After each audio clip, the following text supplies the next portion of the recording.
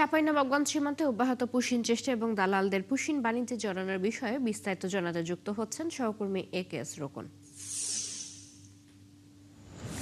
রোকন, push in বাণিজ্যে কারা জড়াচ্ছেন এই বিষয়ে বিজিবি এবং স্থানীয়রা কি বলছেন জানাবেন।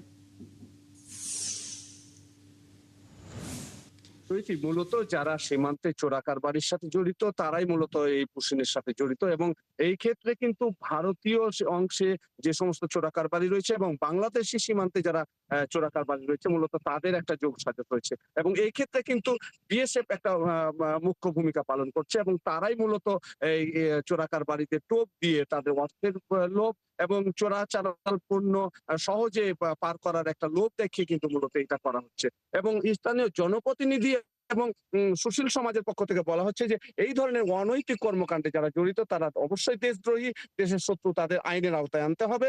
পাশাপাশি সীমান্তে একটা সচেতনতা বাড়াতে হবে এবং যেন দেশের এটা দেশ বিরোধী কার্যক্রমের কারণে যেন কেউ না জড়ায় এই বিষয়ে আরো জনগণকে সচেতন করতে হবে। এই বিষয়ে আমার কথা হয়েছিল অতিরিক্ত পুলিশ সুপারের সাথে। তিনি আমাকে যেমনটি জানিয়েছেন যে ৭ জনকে গ্রেপ্তার করা হয়েছে, তারা ইতিমধ্যেই স্বীকার করেছে যে তারা ১০,০০০ টাকার বিনিময়ে এই পুশিন কার্যক্রমের সাথে যুক্ত এবং তাদেরকে জেল হাজতে পাঠানো হয়েছে।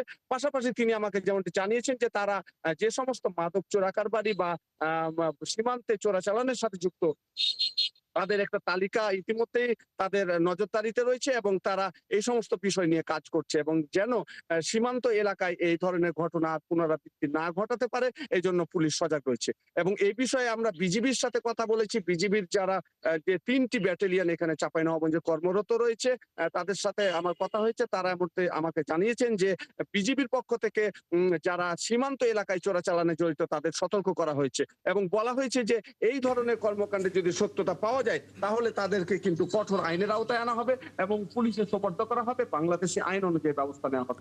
তবে বর্তমানে কিন্তু সীমান্ত বেশ শান্ত জি রয়েছে, পরিস্থিতি এখন পুরোটাই বিজিবির অনুকূলে এবং পুরো জি রোকন, ধন্যবাদ আপনাকে। আমরা শুনছিলাম আপনার কাছ থেকে, নিশ্চয়ই পরবর্তীতে আবারও যুক্ত হব। আমাদের সাথে চাঁপাইনবাবগঞ্জ সীমান্ত থেকে যুক্ত ছিলেন সহকর্মী একেএস রোকন।